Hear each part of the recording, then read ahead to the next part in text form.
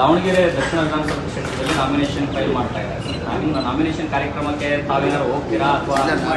ನಾನು ಹೋಗ್ಬೇಕಾಗಿತ್ತು, ಮನೆ ಮುಖ್ಯಮಂತ್ರಿಗಳು ಹೋಗ್ಬೇಕಂತ ಹೇಳಿದ್ರು. ನನ್ನ ಕ್ವಶನ್ ಇತ್ತು ಆ ಹಿನ್ನೆಲೆಯಲ್ಲಿ ನಾನು ಹೋಗಕ್ಕೆ ಸಾಧ್ಯ ಇಲ್ಲ.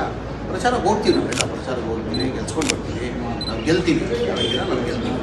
ಸರ್, ಅಲ್ಲಿ ಇಲ್ಲಿ ರಾಜ್ಯ ನಾಯಕರೆಲ್ಲರೂ ಕೂಡ ಸಮಾಧಾನ ಆದರು, ಸಂಧಾನ ಸಭೆಯಲ್ಲಿ ಕೂಡ ಸಕ್ಸಸ್ ಆಯಿತು. ಬಟ್ ಅದಾಗಿಯೂ ಕೂಡ ನಿನ್ನೆ ಅಲ್ಪಸಂಖ್ಯಾತ ಸಮುದಾಯದ ನಾಯಕರು ಮುಖಂಡರುಗಳ ಸ್ಥಳೀಯವಾಗಿ ಹೋರಾಟಗಳನ್ನು ಏನಾಗಿದೆ, ಇದು ನಮ್ಮ ಶಾಮರು ಶಿವಶಂಕರಪ್ಪ ಅಜ್ಜ ಅವರು ನಿಧನ ಆದಮೇಲೆ ನಾವು ಟಿಕೆಟ್ ಕೇಳಿದ್ದು ನಿಜ.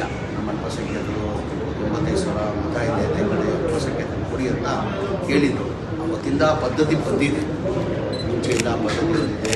ಯಾರನ್ನ ಇಲ್ಲಿ ಅವರು ಯಾರನ್ನ ನಿಧನ ಹೊಂದಿದ್ರೆ ಅವ್ರ ಕುಟುಂಬದವರು ಕೊಡೋದು ಒಂದು ಪದ್ಧತಿ ಬಂದಿದೆ. ನಾವು ಕೇಳಿದ್ವಿ, ನಾವು ಮುಖ್ಯಮಂತ್ರಿಗಳ ಜೊತೆ ಮಾತಾಡಿದ್ದೀವಿ, ಸುದ್ದಿಯವರ ಜೊತೆ ಮಾತಾಡಿದ್ವಿ, ಡಿ ಕೆ ಶಿವಕುಮಾರ್ ಜೊತೆ ಮಾತಾಡಿದ್ದೀವಿ. ಅವತ್ತಿಂದ ಆ ಪದ್ಧತಿ ಬಂದಿದೆ, ಹಾಗಾಗಿ ಅವ್ರಿಗೆ ಕೊಡಬೇಕಂತ ಮುಂದೆ ಜನರಲ್ ಎಲೆಕ್ಷನಲ್ಲಿ ನೋಡುವ ಅಂತ ಹೇಳಿದ್ದಾರೆ. ಜನರಲ್ ಎಲೆಕ್ಷನಲ್ಲಿ ಕನ್ಸಿಡರ್ ಮಾಡುವ ಅಂತ ಹೇಳಿದ್ದಾರೆ. ಸರ್, ನಿಮ್ಮನ್ನೇನಾದರೂ ಎಸ್ ಮಲ್ಲಿಕಾರ್ಜುನ್ ಅವರಾಗಿರ್ಬೋದು, ಪ್ರಭಾ ಮಲ್ಲಿಕಾರ್ಜುನ್ ಅವರು ಕರೆ ಮಾಡಿ ಏನಾದ್ರು ಕರೆದಿದ್ದ ಸರ್? ನಾವೆಲ್ಲ ಜೊತೆಲೇ ಇದ್ವಿಲ್ಲ. ನಾನು ನಾಮಿನೇಷನ್ ಫೈಲ್ ಬನ್ನಿ, ನಾಮಿನೇಷನ್ ಅವರು ಕರೆದಿಲ್ಲ, ನಮ್ಮ ಮಲ್ಲಿಕಾರ್ಜುನ್ ಅವರು ಕರೆದಿದ್ರು, ಮನೆ ಮುಖ್ಯಮಂತ್ರಿಗಳು ಕರೆದಿದ್ರು. ಕ್ವಶನ್ ಅವರ್ ಇದ್ದಿದ್ದರಿಂದ ಹೋಗೋಕ್ಕೆ ಸಾಧ್ಯ ಆಗಿಲ್ಲ.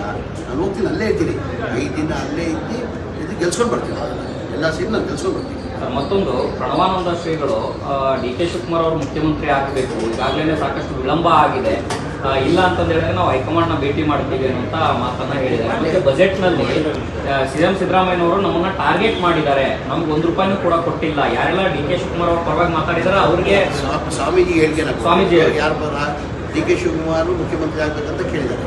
ಈ ಮಾತು ಡಿ ಕೆ ಶಿವಕುಮಾರ್ ಕೇಳಬೇಕು. ಬಜೆಟಲ್ಲಿ ಇದಾಗಿದ್ರೆ ಸಿ ಎಂ ಮುಖ್ಯಮಂತ್ರಿ ಕೇಳಬೇಕು.